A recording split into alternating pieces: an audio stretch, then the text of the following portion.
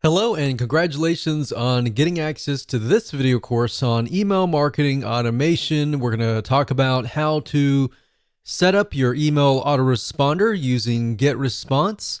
And in addition to that, we'll talk about some more advanced strategies as well. So this is video number 1, which is the introduction. And what I want to do is talk about mindset, because having the right mindset is crucial before you actually jump in and begin to build your list and use this system to essentially build a relationship with your prospects. And of course, in addition to that, with the intent of course, getting them to open your emails, getting them to click your emails, and then of course, get them to buy or take whatever action that you are trying to get them to take. Now, as far as mindset goes, you want to think quality over quantity, meaning instead of trying to reach everybody, instead of trying to get 1,000 people onto your list, don't worry about the big list. Be concerned more about attracting the right person. So at the end of the day, you want to make sure that you build a list of people who have the problems, who want the solutions that you're providing. Now let's talk about what you need. Obviously, you're going to need to have a autoresponder account, and we're going to be using GetResponse. So if you want to go to getresponse.com and create an account, you can do that, and we'll be walking you through step by step. You need to have a product or service to sell, or an affiliate product. So either it's going to be your own product, or it's going to be somebody else's product. But either case, you're going to need to have an end goal. You also want to have access to an email autoresponder series. In other words, a bunch of emails that are sequenced from day 1, day 2, or however you want to set it up to build that relationship, to warm people up, essentially. Now, don't worry if you don't have one right now. You'll actually learn how to create one that converts and gets high open rates and high click-through rates. So here's a quick overview of what's inside this video course so you know exactly what to expect. And that way, when you're able to piece everything together, you're going to be able to implement it at a faster rate. So obviously, this is video number 1. Video number 2, we're going to talk about what's your end goal. And the reason why this is important is because if you don't have an end goal, you don't know exactly what you're trying to achieve, then you're not going to be able to build the list correctly, right? Video number 3, we're going to talk about creating a connection, understanding the demographic of your prospect, who they are, what their typical day looks like, and that way you're going to be able to write an email series that connects with them, that builds that relationship, that makes them feel like, wow, you're talking directly to me, right? Video number 4, we're going to talk about the backward email funnel, meaning how to create a high converting email autoresponder series. Video number 5 is going to be a quick overview of GetResponse, meaning we're going to jump right in. I'm going to show you the dashboard. I'm going to show you around. And that way you get a better idea of what to expect before we actually use GetResponse. Video number 6, we're going to talk about creating a list. So we're going to jump straight in. I'm going to show you how to create a list. I'm going to show you how to set up an autoresponder series in video number 7.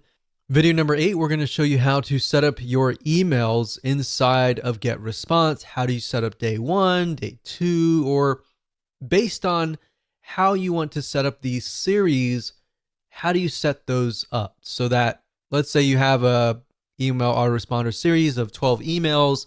How do you set that up properly so that it is released based on the time that you choose? Video number 9, we'll talk about setting up web forms. And video number 10, we'll talk about list hygiene. Believe it or not, cleaning your list is very important. And if you don't do it frequently, what happens is over time, people's emails get outdated, they delete them, and then you're emailing an email box that is no longer existing. And what that can do for you is that will negatively impact you in the long haul. We'll talk more about that as a bonus, advanced strategy, and how you can essentially make sure that you constantly get a high open rate. So with that said, that's the end of video number 1, and we're going to move on to video number 2. Hello and welcome back. This is video number 2, and we're going to dive right in and talk about what's your end goal. So before we jump in and talk about the technical parts of how to set up your email autoresponder series, it's really important to understand your end goal. Like, how many different ways and different opportunities do you have to profit, right? So unless you really understand at least a little bit of your plan, then jumping in like everybody else to just build a list is not going to be productive at the end of the day, right?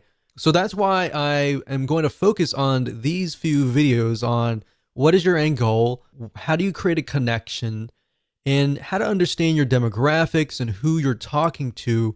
That is actually something that most people totally forget about, and they skip that. And when they skip that, you actually end up failing or not profiting as well as you should be at the end of the day. So what I want you to do is I'm going to ask you a bunch of questions, and at the end of this video, I want you to pause it, take your time to jot down the answers to these questions before you actually move on to video number 3. So I want you to ask yourself, are you selling a product or a service? Jot that down. If not, are you selling an affiliate product? Now, if you're selling a product, obviously you could sell an affiliate product in the long run or vice versa. You really just want to get an idea of what your end goal is now, and what your future end goals could look like is fine. And the reason why I ask you to write this down is because if you're selling your own product, you can do a few things like build a relationship. And there's a few more things that you could easily do, like brand yourself, provide more value, and there's a different way of doing it, basically. If you're selling an affiliate product, you could still build a brand, but you're selling somebody else's product, so you need to gear it in a certain way. So in other words, if you're selling a product or service, you need to clearly understand what are the problems that your prospect faces, right? And give them tips and pointers along the way, and build a relationship with them, gain their trust so that they're interested in your product or service. Now, if you're selling an affiliate product, on the other hand, then you may not be required to do all of that. Instead, you can provide a little bit of value and build that relationship up front. And then, of course, you can sell somebody else's product. So it's similar, but it's a little bit different slightly. But knowing your end goal is key. So if you're selling a product or service right now at this very moment, then write that down. If you're not, and you're selling an affiliate product right this moment, then jot that down. All right. The third question I want to ask you is, why are you trying to build this list? You might answer, well, of course, I'm trying to make money. I'm trying to build a list. I'm trying to print money. And that's everybody's goal. But I want specifics. I want you to write down, why are you trying to build this list? I want to make more sales for XYZ product. I want to help more people who are facing this particular problem. In fact, jot that down. I want to help more people who are in this very specific niche, in this very specific demographic. I want to help more people like me. Jot that down, because then you can use that later in your email autoresponder series. So beyond the intention of just making money, what is the real reason behind wanting to build a list? Or in other words, you could rephrase it as, what are you trying to achieve? So if you have somebody that you're passionate about helping, envision that person in front of you and think about, why are you trying to help them, right? What are they facing? And this kind of goes into video number 3, and we'll talk more about that. But if you think about, why are you trying to achieve them? What are you trying to achieve in this whole project of creating this list, or this journey of creating this list? What do you want people to feel like? Do you want people to feel like they trust you, that, or you want people to laugh? Do you want people to feel sad, feel happy? What do you want them to feel like as you're building that relationship?